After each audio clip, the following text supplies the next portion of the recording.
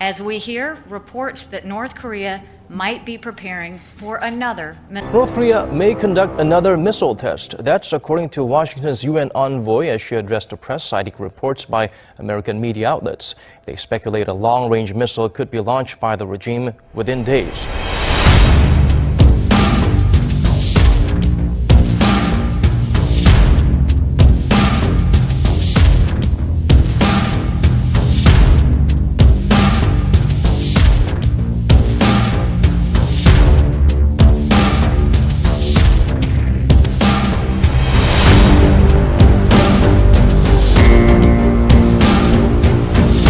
U.S. Ambassador to the UN Nikki Haley told reporters tougher measures need to be drawn up against North Korea should the regime conduct another ballistic missile test.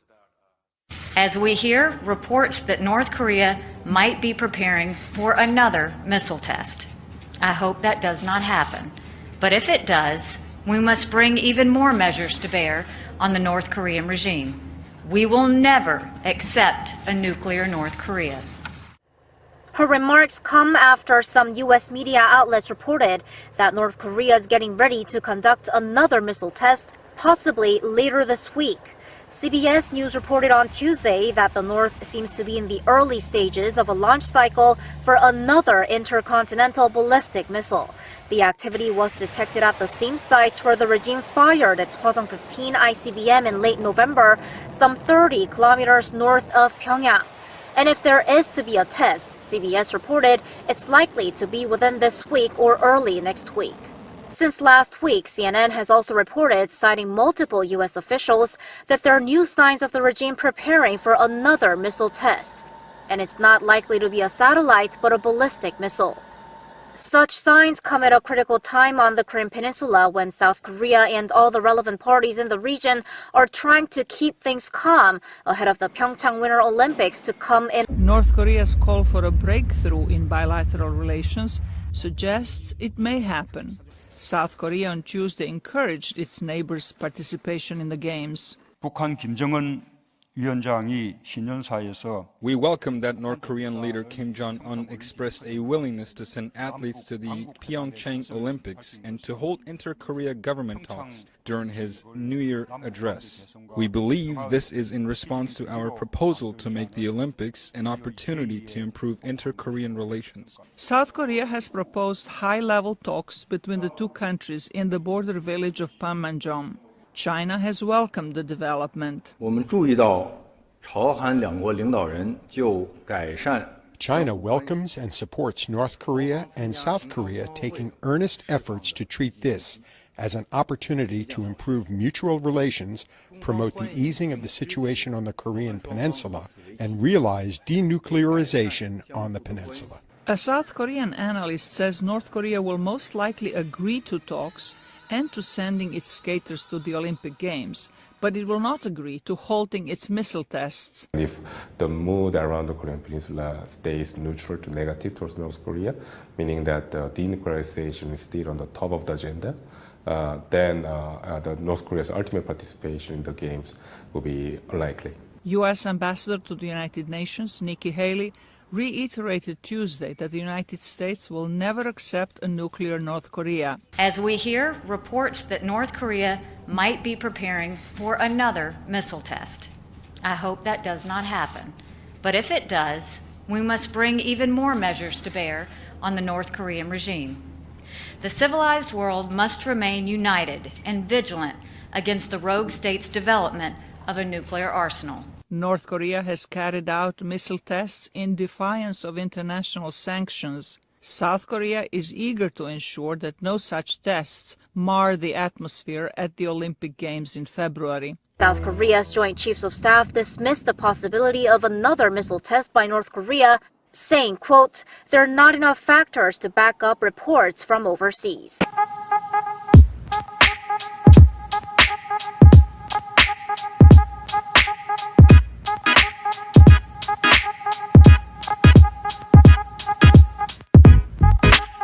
Back in 2016, Pyongyang cut off the communication hotline with the South. It was to protest Seoul's decision to shut down the Kaesong Joint Factory Park. Today, keeping with the tone set by its leader's New Year's speech, the regime restored the Inter-Korean channel.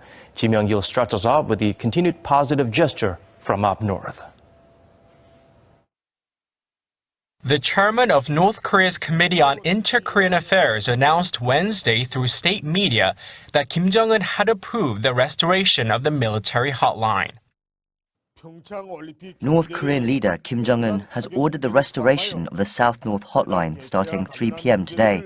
Through this channel, we will discuss matters related to sending a delegation to the Pyeongchang Winter Olympics and the proposed talks. The committee's chair emphasized that on the orders of their leader Kim Jong-un, North Korean officials will cooperate with their South Korean counterparts, and he once again expressed hope for the success of the upcoming 2018 Pyeongchang Winter Olympics. The chairman went on to say that the North leader Kim Jong-un welcomed the decision by the South Korean presidential office to offer talks, calling it a positive move. Our leader highly appreciates and welcomes President Moon Jae-in's support of his peace offer and has ordered thorough preparations for working-level talks. However, it is unknown whether the two sides will talk only about sending North Korean athletes to the Pyeongchang Olympics, or whether they'll cover other issues such as inter-Korean family reunion and resuming civilian exchanges. South Korea's presidential office of Cheongwade welcomed the North reopening of the Inter-Korean communication channel, saying it's a move toward making communication possible at all times. South Korea's unification ministry has also welcomed the North's restoration of the hotline, saying it will consult with North Korea on issues related to working level.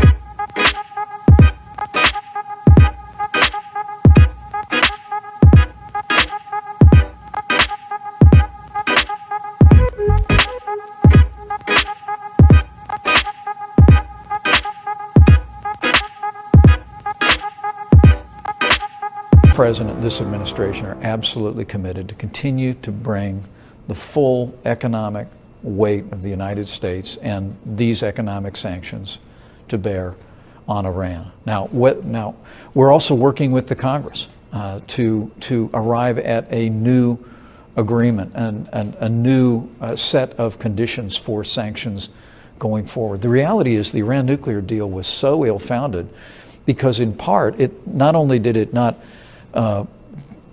deny that Iran could develop a nuclear weapon, by only being a 10-year agreement, it virtually guaranteed that they would develop a nuclear weapon after that 10-year period of time.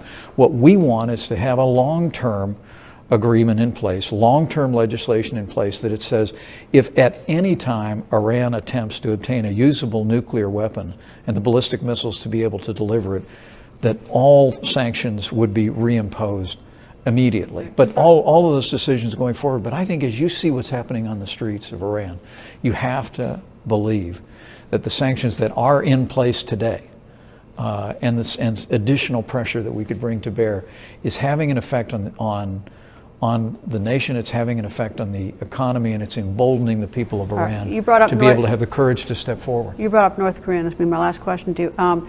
Is the president has tweeted that he has a bigger button than Kim Jong-un. Is he playing with fire with Kim Jong-un and sort of tweeting, having this Twitter war with him back and forth? President Trump has provided the kind of clear leadership on the world stage that's made measurable progress, particularly with regard to North Korea. And the message the president sent in the wake of Kim Jong-un's New Year's message, where while on the one hand he talked about wanting to reach out to his neighbors to the south, at the same moment he spoke of having missiles that could reach the United States and having a button on his desk. President Trump made it clear America will not be bullied, America will not be threatened, and that the United States of America has, by being clear, managed to marshal an unprecedented amount of economic and diplomatic pressure on North Korea. And after decades of North Korea stalling and ignoring the world community and continuing to develop nuclear and ballistic missiles, we're now literally beginning to see some movement among nations in the region. China is... So you're not worried? China is doing more than ever before. China needs to do more, but they're doing more than ever before to isolate North Korea economically and diplomatically. And I truly do believe that making it clear that all options are on the table, that as the President has done, making it clear that the United States of America has the capacity to defend our people far beyond anything North Korea could imagine, but also making it clear that if North Korea will abandon their nuclear and ballistic missile ambitions, if they will dismantle those programs, there's an opportunity for a peaceable solution. Mr. Vice President, nice to see you. Thank you, sir. Great to see you, Greta.